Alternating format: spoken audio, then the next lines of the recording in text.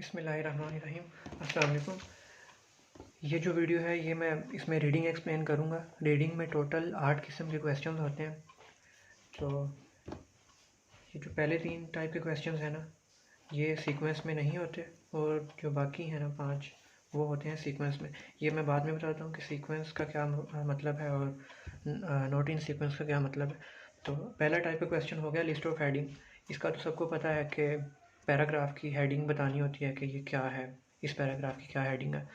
तो इसका ट्रिक ये है कि अगर आपने इसको आंसर करना है ना, तो पैसेज पढ़ने से पहले आप एक दफ़ा लिस्ट ऑफ हेडिंग्स की सारी लिस्ट देख लें, क्या क्या उसने हेडिंग बताई हुई हैं। और फिर जब पैसेज आप पढ़ेंगे ना, तो इंशाल्लाह ना आपको पैसेज के हर पैराग्राफ की ना पहली 2 लाइनें या आखिरी 2 लाइनें पढ़ने से पता चल जाएगा कि इस पैराग्राफ की क्या हेडिंग है। 95% केसेस में ये होता है कि आप ना पहली 2 या आखिरी 2 लाइनें पढ़ लेना एक पैराग्राफ की, तो आपको इंशाल्लाह हो जाएगा ये वाला क्वेश्चन लिस्ट ऑफ हेडिंग्स का।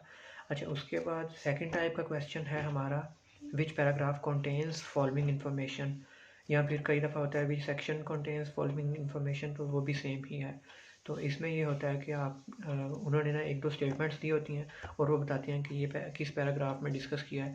तो लिस्ट ऑफ हेडिंग जो है ना, वो हर पैराग्राफ की एक ही होती है।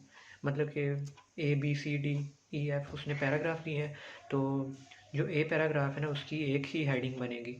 लेकिन जो ये वाला क्वेश्चन है ना विच पैराग्राफ कंटेन्स फॉलोइंग इन्फॉर्मेशन, तो ये इसमें एक पैराग्राफ में 2 से 3 बातें भी डिस्कस हो सकती हैं। तो इसका एक ही आंसर होगा।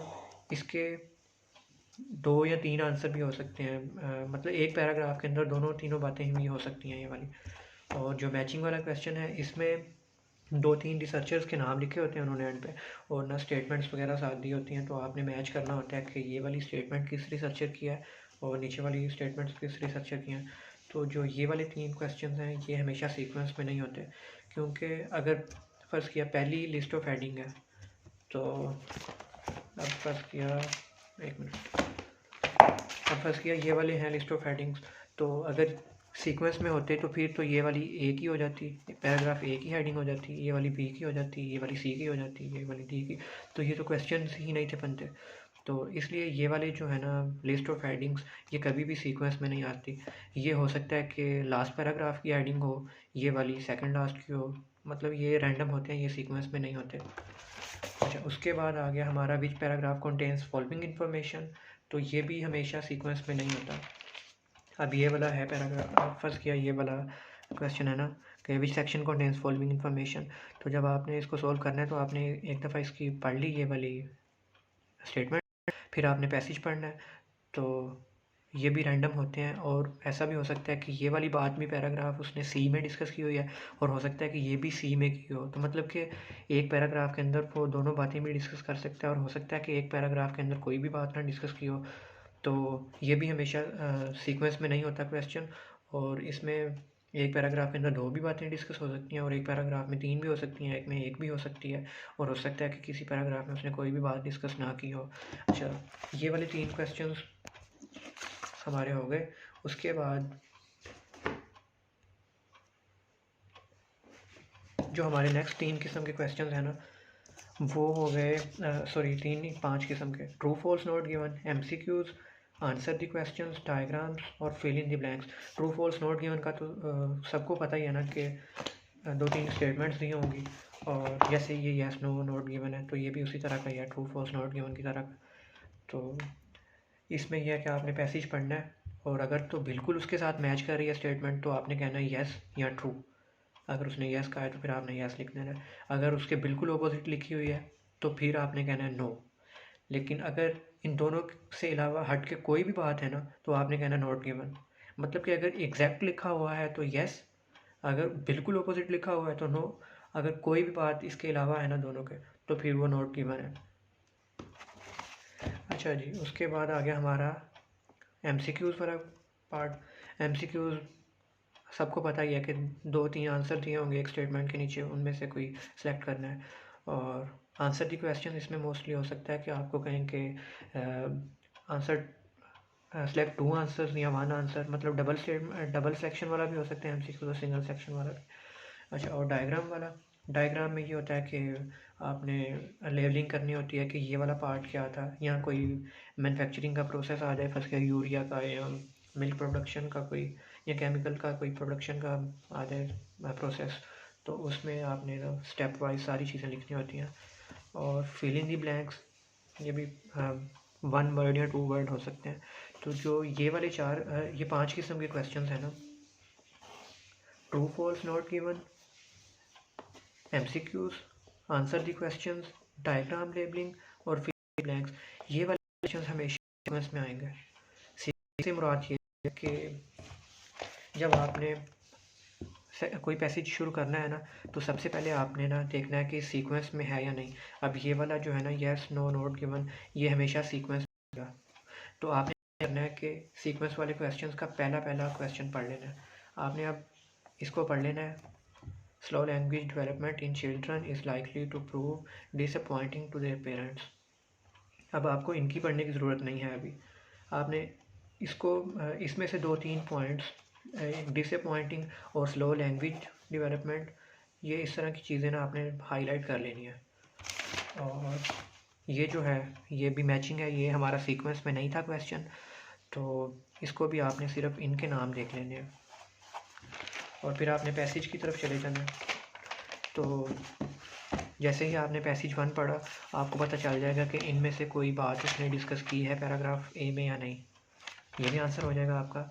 और फिर आपने ये वाली स्टेटमेंट पढ़ी होगी ना, तो जैसे ही आप पैसेज पढ़ रहे होंगे ना, तो आपको पता चल जाएगा कि लैंग्वेज डेवलपमेंट का ना, स्लो लैंग्वेज डेवलपमेंट की बात उसने कहाँ पे की हुई है, और वो डिसअपॉइंटिंग थी या नहीं उनके पेरेंट के लिए।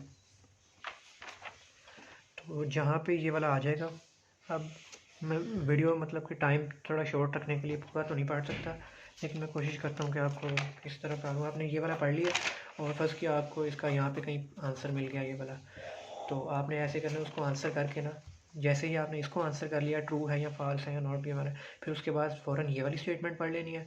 फिर आपने उसी पैराग्राफ में जाके वहीं से आगे पढ़ना शुरू कर देना। तो अगर बिल्कुल सेम लिखा हुआ है ये वाला और ये वाला, तो फिर ट्रू है। अगर बिल्कुल ऑपोजिट लिखा हुआ है तो फॉल्स। अगर एनीथिंग इन बिटवीन है तो फिर आपको नॉट गिवन है वो वाली। अच्छा जी, ट्रू फॉल्स का मैंने बता दिया कि आपने सिर्फ पहली स्टेटमेंट पढ़ लेनी है उनकी, और फिर पैसेज पढ़ना है। जब आपको पहले का आंसर मिल गया, उसके बाद फिर आपने अगली पढ़ लेनी है, फिर जाके पैसेज में देखना है। इस तरह आपका ये वाला क्वेश्चन सीक्वेंस में जो है ये वाले हो जाएंगे। MCQs जो है ये भी सीक्वेंस में होते हैं। आपने पहले की स्टेटमेंट पढ़ लेनी है और आंसर कर लेना है उसको पैसेज पढ़ के। उसके बाद फिर आपने जब पहले को आंसर कर लिया, फिर अगले को देखना है, उसको उसकी स्टेटमेंट पढ़ लेनी है, फिर आपने पैसेज में जाना है। तो इंशाल्लाह ये भी सीक्वेंस में और ये भी हो जाएगा। उसके बाद आंसर दी क्वेश्चंस, ये भी 100% सीक्वेंस में ही होते हैं। पहला आपने पढ़ना है और जाके फिर पैसेज में आपने आंसर वगैरह सर्च करना है। और जब आपको पहले का आंसर मिल जाएगा तो फिर आपने सेकंड क्वेश्चन उसका पढ़ के उसको देखना है, तो वो भी इंशाल्लाह मिल जाएगा। डायग्राम जो है में ही होते हैं, पहला देख लेना और उसका जहाँ पे आंसर मिलेगा उसके नीचे ही सारे होंगे फिर क्वेश्चन के आंसर भी। और जो फिल इन दी ब्लैंक्स हैं ये भी हमेशा सीक्वेंस में ही होते हैं। आपने सिर्फ पहले को पढ़ लेना है। अब मैं दिखाता हूँ ये, अब फर्स्ट किया ये वाला है ना, फिल इन दी ब्लैंक्स। आपने पहली स्टेटमेंट पढ़ ली सारी और देख लिया, इसमें 2-3 हाईलाइट कर लिए कीवर्ड्स। तो जब आपने पैसेज सारा पढ़ना शुरू करना है ना, तो जहाँ पे आपको पहले का आंसर मिल गया उसके बाद ही अगले आएंगे क्वेश्चन। तो जब आपने इसको आंसर कर लिया, फिर आपने ये वाली स्टेटमेंट पढ़ लेनी है और फिर इसका जब आंसर मिल गया नेक्स्ट, और साथ में जाकर पैसेज पे देखते जाना है। तो इंशाल्लाह ये भी क्वेश्चन हो जाएंगे इस पर। और ये तो मैंने आइडिया दिया था किस तरह क्वेश्चन करना है। अब 1-2 वीडियोस में मैं इंशाल्लाह ना सॉल्व करके दिखाऊंगा कि आपने मतलब रियल टाइम जब एग्ज़ाम दे रहे होंगे तो आपने सबसे पहले सीक्वेंस वाले क्वेश्चंस को जाके देखना है और उनकी पहली स्टेटमेंट देख लेनी है। और फिर आपने शुरू से पैसेज पढ़ना शुरू करना है। आपने ये भी पहले रीड किया होगा और ये भी पहले रीड किया होगा। तो फिर आपने जब पैसेज पढ़ना है तो पहली 2 लाइनों से या आखिरी 2 लाइनों से आपको इसका आंसर मिल जाएगा। फिर आपने अगला पैरा शुरू करना है। तो जहाँ पे आपको ये वाला मिल गया, फर्ज़ किया आप रीड करते आ रहे हैं, यहाँ पे आपको ना फिल इन द ब्लैंक्स का आंसर मिल गया, तो फिर आपने इसको आंसर करके फिल इन द ब्लैंक्स को, फिर नेक्स्ट वाली जो है ना फिल इन द ब्लैंक्स, उसकी स्टेटमेंट पढ़ लेनी है और फिर वापस जाके पैसेज के अंदर उसी जगह से रीड करना शुरू करना है। तो इंशाल्लाह ये भी क्वेश्चन हो जाएंगे आपका।